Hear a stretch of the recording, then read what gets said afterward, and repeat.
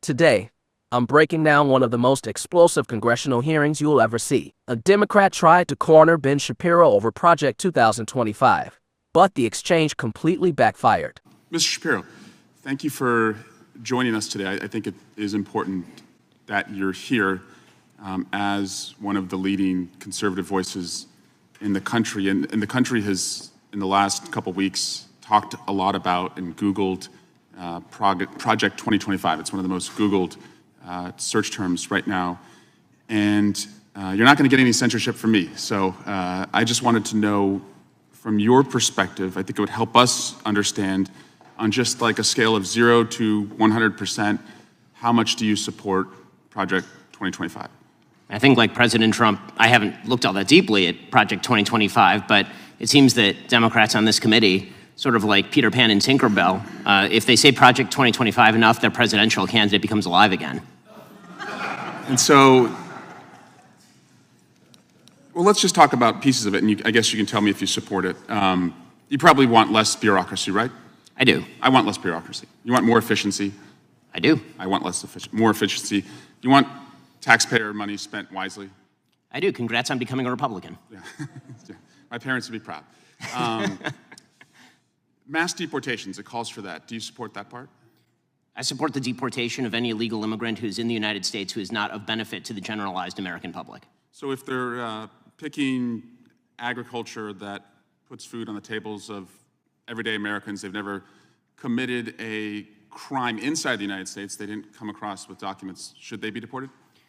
If they have not paid taxes and if their draw on the taxpayer benefits are larger than the contribution they're making to the economy, or if they're involved in criminal activity, they should be deported. How do we measure that?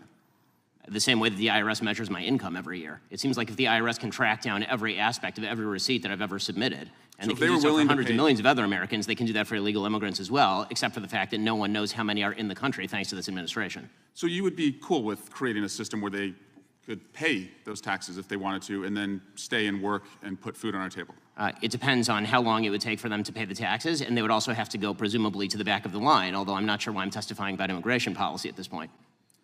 How about banning the abortion pill? That's part of Project 2025. Do you support that part? I think that that's a state-by-state issue on a personal level. I'm just asking you. Sure, I'm a fully pro-life person, which means that I'm not in favor of the distribution of the abortion pill. Banning same-sex marriage, what about that part? I am in favor of traditional marriage between a man and a woman, and I am perfectly fine with anyone having any sort of voluntary sexual arrangement they seek. That's a different thing from whether the government should attach benefits to that personal relationship. But you think it's a sin to have same-sex marriage? I mean, I'm confused. Are you asking me as a religious Jew what I think about biblically? I'm just asking, is it a sin to be gay? Is it a sin to be gay? I mean, how long do we have here? 2 minutes? I mean, if the basic idea is that sexual orientation is up for government regulation, I'm not in favor of the government regulating the private consenting sexual activity of adults. That is a different thing, once again, from whether the government ought to engage in actual benefits for particular sexual arrangements that adults make. But again, just you to me, is it a sin or not? From a religious Jewish perspective, orientation is not a sin, but activity is. That's also the same perspective of most major religions, so far as I'm aware. Okay. And how about cutting Social Security? Do you support that part of 2025? I'm not sure what Project 2025's position on Social Security is. I'm in favor of the restructuring of Social Security along the lines of privatization and lowering and increasing the retirement age, because you, as well as every other congressperson, knows Social Security is going to go bankrupt, and yet everyone seems to have an interest in lying about it for the next decade and a half until we have to take austerity measures or radically increase inflation or taxes. And bans against books about slavery. Do you support that part about? Why would I possibly be in favor of bans about books about slavery? That would be absolutely ridiculous. What I am in favor of is the idea that school libraries should be able to make decisions along the lines of what exactly is appropriate for, say, a 7th grader and whether they ought to be treated to cartoons and genderqueer. That's not quite the same thing. And just because we found some receipts, you did say, I think homosexual activity is a sin. Yes, I'm a religious Jew, that's true. I'm sure there's a genetic component You found me out. Orientation. But the view of all religious people I know has always been that sexual behavior is something that is up to you.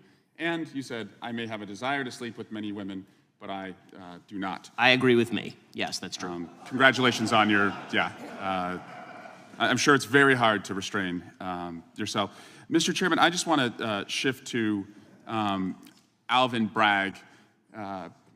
he was supposed to be here this week, and he's not coming. And Hunter Biden was supposed to testify. Now he's not testifying. We were supposed to have votes on articles of impeachment, and we didn't. And again, we're just wondering, you guys write great press releases, but the payoff seems to never come. And so I guess we will keep waiting, and we'll do hearings like this. And finally, Chairman, you cannot yell fire in a crowded theater, and that's a restriction on speech, as you have recognized before. But you can yell theater in a crowded fire, and you all can continue to do that all you want, and we'll just waste the American people's time. Gentleman's time has expired, and I remind him of the first rule of holes. When you're in one, stop digging. Let's dive in. The Democrat pressed Shapiro on immigration, asking if he'd support mass deportations. Shapiro answered carefully, illegal immigrants who burden taxpayers or commit crimes should be deported, but those contributing to society could be considered differently. He even pointed out how the IRS tracks every American's income, so the same could be done for undocumented workers. What was meant to be a gotcha moment turned into a reasoned policy stance. The questioning then shifted to hot-button issues. On abortion, Shapiro made it clear he's pro-life and opposes the abortion pill, but emphasized it should be left to the states. On same-sex marriage, he explained his personal religious belief in traditional marriage between a man and a woman, while clarifying that government shouldn't regulate private, consensual adult relationships. The exchange was tense, but Shapiro held his ground, separating his faith from public policy. When Social Security came up, he argued it's heading for bankruptcy and needs restructuring, suggesting privatization and raising the retirement age. On book bans, he dismissed claims that conservatives want to erase history, instead highlighting concerns about explicit material in school libraries, drawing a firm line between age-appropriate education and ideological indoctrination. The hearing then pivoted to corporate influence and free speech. Unilever admitted to spending $23 billion on marketing, while Shapiro and the Daily Wire raised alarms about ad bias targeting conservative outlets. He exposed the hypocrisy. Democrats, who once demanded censorship of hate speech, now accuse conservatives of stifling free expression. The clash laid bare a bigger battle over who controls speech, culture, and commerce in America. By the end of this fiery hearing, it was clear the Democrats' attempt to trap Shapiro backfired. He handled every question with sharp, precise responses, flipping the conversation back on his opponents. Whether it was immigration, abortion, Social Security, or free speech, Shapiro turned pressure into opportunity. If this breakdown opened your eyes, hit that subscribe button on Capitol Insights. Drop your take in the comments and share this video with others who need to see what really happened in that room.